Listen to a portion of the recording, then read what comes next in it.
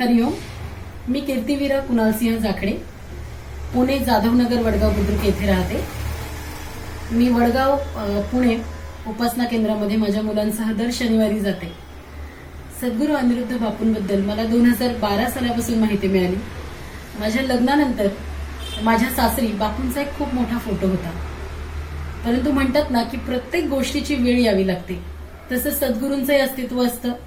जेव्हा तुमची वेळ येते तेव्हा तो बरोबर तुम्हाला त्याच्याकडे खेचून घेतो.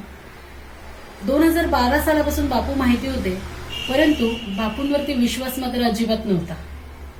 एक व्यक्ती आपल्यासारखी सर्वसामान्य माणसांसारखी शर्ट पॅन्ट घालणारी व्यक्ती सद्गुरू कसा असू शकते यावरच मुळी माझा विश्वास नव्हता. आणि विश्वास नसला की अनुभव मिळत नाहीत. अगदी सेम तेच माझ्यासोबत झालं. परंतु असे काही प्रसंग येत गेले की त्यानंतर हळूहळू या बापूंकडे, या सद्गुरूकडे मी आपोआप खेचली जाऊ लागले. 2013 साली मला जुळी मुलं झाली. सर्वसाधारणपणे 6 महिन्यांपर्यंत दोघांची प्रगती खूप छान होती. पण 6 महिन्यानंतर एक चालायला लागला, एक रांगायला लागला आणि दुसरा मात्र त्याच्या चालण्यात, त्याच्या रांगण्यात मला काहीच प्रगती दिसेना. जन्माच्या वेळी जुळे असल्यामुळे एकाचं वजन हे कमीच होतं आणि दुसऱ्याचं वजन हे ऍव्हरेज होतं. त्यामुळे त्यावेळेला तो प्रॉब्लेम फारसा लक्षात आला नाही. पण जशी जशी त्यांची वाढ होत होती त्यावेळेला अनेक बदल मला दोघांमध्ये आणि सर्वसामान्यपणे सर्वांनाच ते लक्षात यायला लागले. घरच्यांकडनं, नातेवाईकांकडनं, मित्रपरिवाराकडनं हा काहीतरी वेगळा आहे किंवा हा अपंग होऊ शकतो, अशा प्रकारच्या गोष्टी कानावर यायला लागल्या. आणि आई म्हणून मी खूप हादरले होते. त्यावेळी मला कुणाचा आदर घ्यावा हेच कळेना.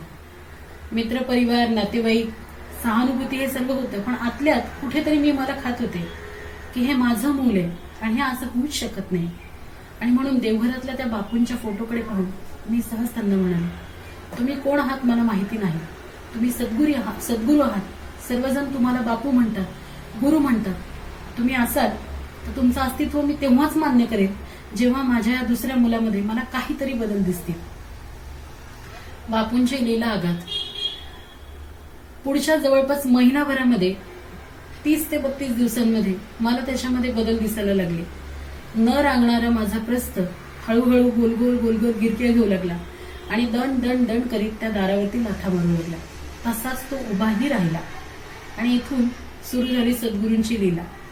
माझ्या जीवनामध्ये त्यांना यायचं होतं, पण ते काहीतरी मला अस्तित्व दाखवण्यास ते येणार होते. आणि जेवढी मी हट्टी होते तेवढेच माझे बापू 100 पट हट्टी होते. आणि मग यातूनच बापूंची आणि माझी विण गुंतली गेली. आणि खऱ्या अर्थानं 2015 पासून आमचं संपूर्ण कुटुंब बापूचरणी लीन झालं. त्यानंतरच्या उपासना जे जे काय म्हणून मला मिळत गेलं त्यामध्ये मी सहभागी होत गेले आणि बापूंचा हा आनंद सोहळा अनुभवत गेले. बापूंच्या एक ना एक अशा हजारो अनुभव नेहमी पाठीशी होते. आणि म्हणूनच मी एकच म्हणेन, एक विश्वास असावा पुरता, करता हरता गुरु ऐसा. माझा बापू कायम माझ्यासोबत आहे आणि माझा बापू आमचं सर्व काही हळूहळू नीट करत आहे. हरिओम. श्रीराम. अंबज्ञ नाथ संग.